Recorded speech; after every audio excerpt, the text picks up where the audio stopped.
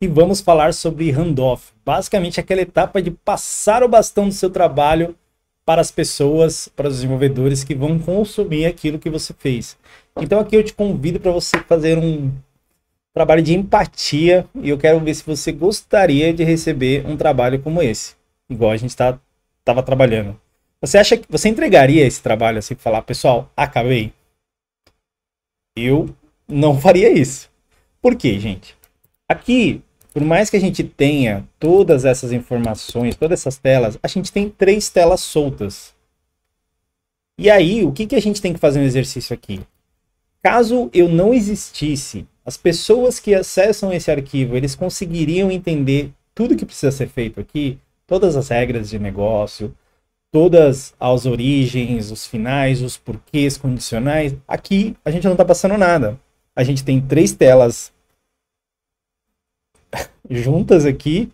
E o que eu aconselho? Eu falei, quando a gente faz esse trabalho de handoff, acho que quanto mais detalhista, mais documentado a gente é, e eu acho que sim, você precisa reservar um tempo para documentar isso, melhor você vai ser. Inclusive, modéstia à parte, assim, eu sempre fui muito elogiado pelas minhas documentações, porque eu tento trazer ao máximo ali, eu tento já antecipar possíveis dúvidas ali do produto, de engenharia. Eu acabo mostrando isso para eles, até tento entender o que eles têm de dificuldade em relação ao desenvolvimento, às regras de negócio. Então eu tento deixar tudo documentado aqui para eles. E aqui, já que a gente fez esse exercício de empatia, eu vou trazer uma versão aqui abaixo que eu falei, deixa eu tentar documentar mais ou menos como a gente gostaria de receber. Então aqui, ó, já eu fiz um cenário bem genérico, tá, gente? Então eu coloquei, qual que é o nome do cliente, ou o nome do projeto, se eu ainda estou trabalhando no arquivo, vou até dar um zoom aqui, ó. Se eu ainda estou trabalhando no arquivo, quando esse arquivo ele foi atualizado. Então às vezes a pessoa entra lá, não tem que entrar no histórico do Figma e ver. Eu coloco aqui, ó, a última vez que eu mexi nisso foi, sei lá, semana passada, alguma coisa do tipo. Vou imaginar que uma pessoa totalmente fora do meu contexto acessou o arquivo. Pô, quem que tá fazendo isso aqui? Então, qualquer dúvida, me procura. Eu deixei meu nome aqui, meu usuário da empresa. Traga um pouco do contexto daquele tema que a gente está trabalhando. E também, caso tenha algum link ali da história das tarefas, alguma coisa que tenha documentado fora do Figma, você pode levar esse link para lá. Então assim, aqui ó, você já vê que só essa pequena coluna já entregou muito valor. Eu já sei quando foi atualizado, quem é a pessoa que está trabalhando, qual é o contexto, e se eu quiser saber mais daquilo lá, eu já sei. Então assim, só esse pedacinho aqui já resolveu muito o meu problema. Porém, aqui eu trouxe algumas coisas. Então eu trouxe, por exemplo, a origem do fluxo. Às vezes aquele fluxo não tem nada a ver com o que você está desenhando, mas ele aconteceu, ele vem de algum lugar. Então eu até costumo deixar ele de forma mais opaca aqui, eu jogo até um filtro aqui para ele ficar preto e branco, eu deixo ele numa opacidade, uma transparência maior, então ele sabe, a gente dá para entender que ele não faz parte do fluxo. Eu coloco até a origem do fluxo. Aqui eu coloco, por exemplo, também algumas coisas relacionadas a pontos importantes. Então, quem são as pessoas e os cenários que caem nesse fluxo? Então é legal você colocar quem que vai entrar nesse fluxo, quem não vai. Então a gente já pode colocar aqui. Inclusive eu criei até esses componentes aqui de documentação que facilitam muito a minha vida. Inclusive eu posso colocar aqui uma anotação padrão, que ela é preta. Eu posso colocar uma anotação positiva, que é algo positivo, um ponto de alerta ou até um ponto que é crítico. Tá vendo? Inclusive fiz até uns cenários aqui que eu faço um checklist aqui, tá vendo? Então ele tá bem legalzinho, às vezes eu tenho algumas coisas para fazer. Então assim, o Figma tem os comentários deles? Tem, mas eu acho que aqui eles ficam mais evidentes e não passa por despercebido.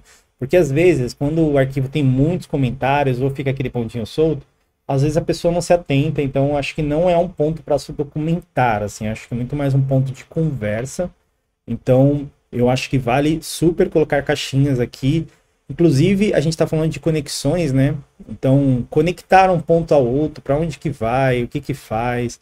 Inclusive, até uma dica para vocês, eu uso as setinhas do FigJam. Eu fui lá no FigJam, peguei essa setinha, trouxe para cá. E o que que ela é legal? Porque se eu mexo no meu fluxo, ela já se adapta. Se eu pego outros plugins, outras coisas que fazem esse tipo de trabalho, se eu mexer na minha tela, dificilmente ela vai acompanhar. Então, como essa seta ela já é uma seta do Figma, inclusive eu acho que tá demorando para ficar já dentro do Figma aqui, né? Essa seta é do FigJam, mas eu consigo trazer ela aqui e trabalhar ela de forma muito bacana. E aqui eu trago algumas coisas, né? Eu trago, por exemplo, igual eu falei, caso o fluxo tenha alguma condicional, se você escreve a regra de negócio aqui, isso vai ajudar demais os desenvolvedores terem clareza do que você está fazendo, quais são os cenários possíveis. Se você não sabe, conversa com o seu gerente de produto, vamos entender, porque eu acho que você também, mais do que ninguém, tem que saber muito bem essas regras de negócio. E aqui eu fiz um exemplo, né, de como que seria um cenário inicial e um cenário final, alguma anotação. Então, aqui a gente consegue ver que a gente tem uma clareza muito grande do contexto da pessoa, da atualização, das regras de negócio, dos pontos de atenção que as pessoas precisam ter, de possíveis links úteis, né? Então, imagina que aqui tem um link perdido para o pessoal ter alguma documentação de algum serviço, de alguma coisa que ela precisa saber para fazer aquilo lá, então você pode colocar. Então, assim, fica uma entrega muito mais, por mais simples que sejam 3 telas, olha quanta coisa a gente colocou de valor aqui, de informação. Então, versus esse aqui, que era só 3 telas soltas, versus esse aqui. Então, a gente já melhorou muito o valor ali de entrega para o pessoal da equipe e com certeza eles vão te agradecer bastante por isso. Beleza? E agora eu quero falar também sobre a organização interna do arquivo. Aqui eu tenho três paginazinhas aqui, mas eu queria trazer um exemplo aqui de alguns lugares que eu trabalhei, que a gente costumava estruturar as páginas nessa seguinte sequência, né? Então a gente tinha uma página onde a gente tinha nossas capas, e eu acho super importante que você crie um padrão de capa, seja para você, seja para sua empresa, para você bater o olho, porque se você não faz uma capa, o Figma pega isso aqui, ó, dá um print nisso aqui e faz isso como capa. Eu não acho interessante. O que eu acho bacana é que você vem aqui e você crie, por exemplo, tá vendo? Capinhas, ó, personalizadas, que tem um título, que tem uma descrição. Se você trabalha numa equipe, que você coloque algumas pessoas chaves ali que fazem parte daquele contexto. Se aquela iniciativa ela está em desenvolvimento, se ela já está pronta, se ela já está no ar. Então, isso ajuda muito a você bater o olho, ter a organização. Então, fica muito bacana assim para você começar a ter, profissionalizar a sua organização dentro da sua, seja dos seus arquivos pessoais ou seja dentro da empresa. Beleza? Depois que a gente falou de capa, inclusive, eu não sei se eu falei para vocês como que a gente cria uma capa. Basicamente, você tem um frame, você coloca as informações aqui, e aí tem um botão direito aqui, que é Set Thumbnails, que basicamente, ele fala, ó, pega esse frame aqui e transforma ele como a capa do meu arquivo. E aí, basicamente, você coloca ele já como a capa. Então, você deixa uma paginazinha aqui como capa, aí você pode até colocar como capa, e aí você deixa ele em primeiro, e aí você faz esse frame sozinho, e depois você trabalha na página de baixo. Inclusive, se você quiser fazer uma organização, você pode fazer páginas vazias para trazer esse respiro, né? De separar algumas coisas e tal. Então, ajuda bastante. Aqui eu trouxe um exemplo de uma organização de páginas. Então, a gente aqui tem, por exemplo, a gente até usou bastante ícones, né? Então, a gente tem a capa, né? Que é a cover. A gente tem um textinho ali inicial falando do contexto, falando do projeto. Ah, então esse projeto ou esse contexto trabalha com um tal fluxo ali do usuário, ou é um projeto para tal cliente, né?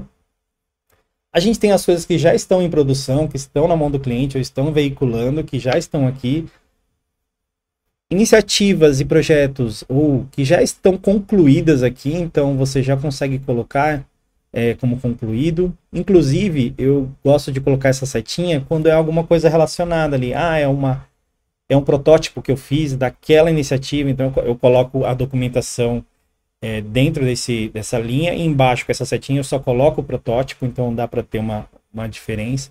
Coloco os itens que estão em andamento, coloco também modo ícone ali para ter uma clareza, aqui os protótipos que eu falei para vocês, tá vendo? Então, assim, eu tenho ali super organizado, a pessoa vai entrar, vai saber qual é o projeto, vai saber o que foi feito, o que não foi feito. Quando ela entrar dentro dessa página, ela vai saber qual que foi a última vez que eu atualizei, como que está documentado esse fluxo. Então, assim, você vai melhorar muito o patamar de qualidade ali em relação à sua entrega. Combinado? E aí, uma coisa antes da gente fechar essa aulinha aqui, queria mostrar para vocês também, aproveitando que a gente está documentando, da gente ter, principalmente as coisas que vão ser exportadas, que a gente já aprendeu na outra aula, que a gente, vamos imaginar que a gente precise exportar essa imagem aqui. Tá vendo como ela está renomeada, gente? Ela está renomeada como retângulo 1576.